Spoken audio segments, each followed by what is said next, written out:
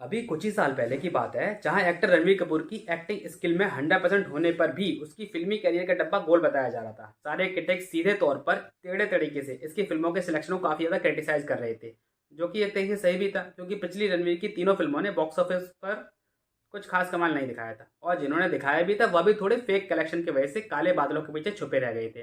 पर कहते हैं ना, वक्त उसी को आजमाता है जिसमें कुछ कर दिखाने की काबिलियत होती है, क्योंकि भले ही कितनी ही मूवी रणवीर की फ्लॉप रही हूँ लेकिन उनके एक्टिंग स्किल पर आज तक किसी ने उंगली तक नहीं उठाई है। और आज एक बार फिर से वक्त ने रणवीर के पेशेंस का फल उसको देने का मन बना ही लिया है। नमस्कार दोस्तों, स्वागत है आपका अपने YouTube channel late Latif review पर।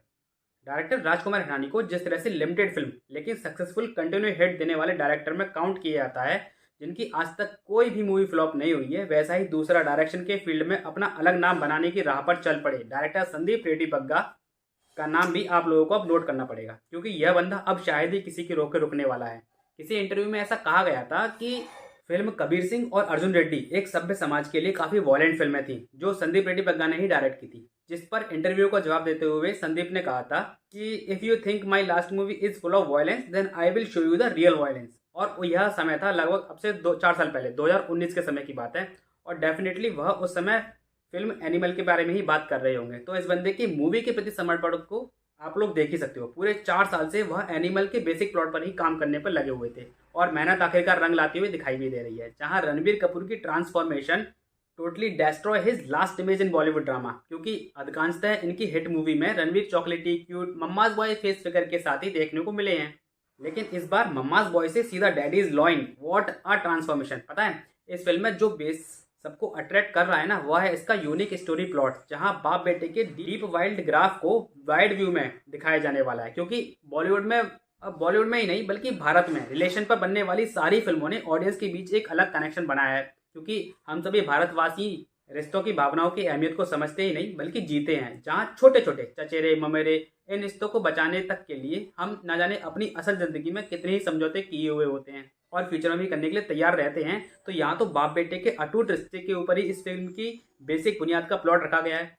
सो कनेक्शन तो मूवी ने ऑलरेडी ऑडियंस के साथ बना ही लिया है। अब तो देखना यह होगा कि कहानी में ऐसा क्या होने वाला है जो अभी तक हमने पिछली आई हुई सारी इन बाप बेटे वाले कनेक्शन मूवी में नहीं देखा है। क्योंकि यहाँ यह तो साफ दिखाई दे रहा है कि रणवीर का अपने पिता से रिलेशन आम लोगों जैसा नहीं है, जिसमें हम 4 पॉइंट इनके बीच के रिश्ते पर काउंट कर सकते हैं जो इनकी बीच की दूरियों की असली वजह रहे होंगे। पहला पहला सबसे जरूरी रहा होगा टाइम की कमी, पापा का अपने काम के चलते बेटे को टाइम ना दे पाना।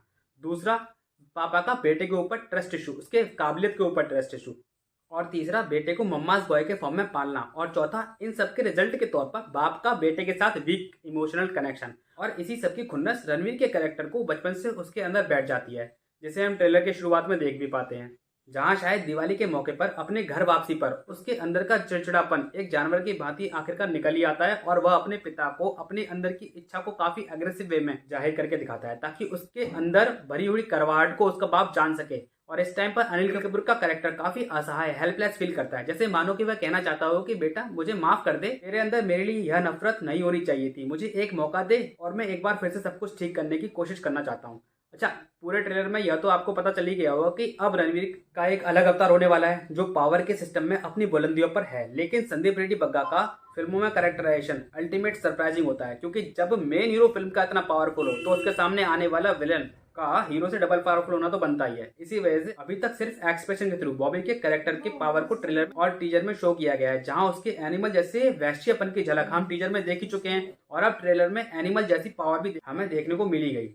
तभी तो लास्ट के सिंगल अल्फा फाइट सीन में बॉबी जिस तरह से रणवीर को पटकनी देकर सुट्टा मारता हुआ उसकी बैक पर सोता है, वह बॉबी की एनिमल वाली पावर को दिखाता है जो रणवीर पर हावी रहती है। सो टोटल मिलाकर एक्शन वाइज बैलेंस रहेगा, जहां हीरो एट लास्ट तो जीतेगा ही, ये तो हम सभी को पता है, लेकिन जीतने तक फिल्म का विलेन उसको अच्छी खासी धूल चटा के रख देगा। थोड़ा बहुत मेलोड्रामा फिल्म की लेंथ को बढ़ाने और कैरेक्टर्स के कैरेक्टराइजेशन को अच्छे से दिखाने के लिए चाहिए ही, तो बाकी सब चीज़ों में काउंट हो जाएगा, जैसे कि रणवीर की वाइफ हो गई और उसकी मॉम हो गई, उसके ग्रैंडफादर हो गए, एक्सेट्रा एक्सेट्रा। तो टोटल मिलाकर एंटरटेनमेंट की डोज के साथ एक पिक्चर काफी अरसे के बाद हमें देखने को मिल रही है, इसको हम सभी को कतई मिस नहीं करना चाहिए। बाकी हमारा यह एपिसोड आपको कैसा लगा हमें कमेंट सेक्शन में जरूर बताइए और ऐसे ही मजेदार एपिसोड से हमारे साथ जुड़े रहिए लेट लतीफ रिव्यू पर। अभी तक के लिए इस एपिसोड में इतना ही, मिलते हैं आपसे अपने न्यू एपिसोड में किसी नई मूवी के रिव्यू के साथ या किसी लेटेस्ट बॉलीवुड अपडेट के साथ। तब तक के लिए नमस्कार, अपना और अपनों का ख्याल रखिए और समय पर उनसे बातें जरूर करते रहिए। शुक्रिया।